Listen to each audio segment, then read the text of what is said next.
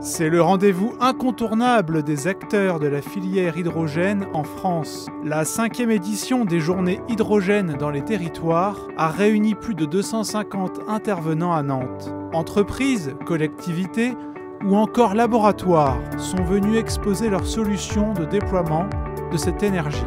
Les énergies renouvelables, leur essence première, c'est d'être intermittent. C'est-à-dire que le soleil ou le vent, vous ne le commandez pas. Il va falloir réaliser l'adéquation entre la consommation et l'offre d'énergie.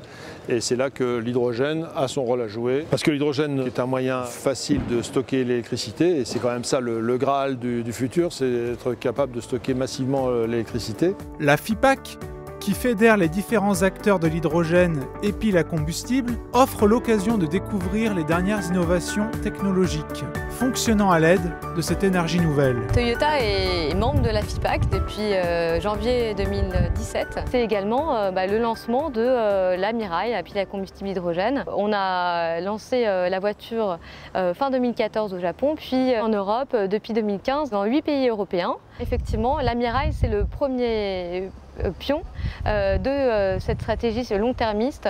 Le CEA développe l'énergie nucléaire en France, mais aussi les énergies alternatives. L'exemple de l'hydrogène et d'une chaîne hydrogène est bien illustré par ce drone. Vous avez des techniques qui consistent à stocker l'hydrogène sous forme très compressée. Vous avez l'aspect gestion énergétique et puis bien sûr le cœur qui est la pile à combustible.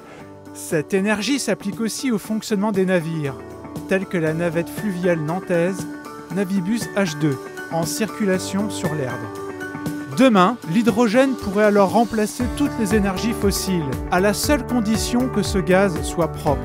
En effet, 90% de l'hydrogène est produit par un procédé fortement polluant, le reformage de gaz naturel. Il y a donc encore du chemin à parcourir pour en faire une énergie 100% propre et renouvelable. L'inconvénient, c'est que quand vous produisez 1 kg d'hydrogène, vous produisez 10 kg de gaz carbonique. La façon plus vertueuse de produire, c'est de capter ce gaz carbonique et de l'utiliser ou de l'enfuir dans les couches profondes de la Terre. Une autre façon qui va s'imposer à l'avenir, c'est de produire de l'hydrogène par électrolyse, que ce soit l'énergie solaire ou l'énergie éolienne.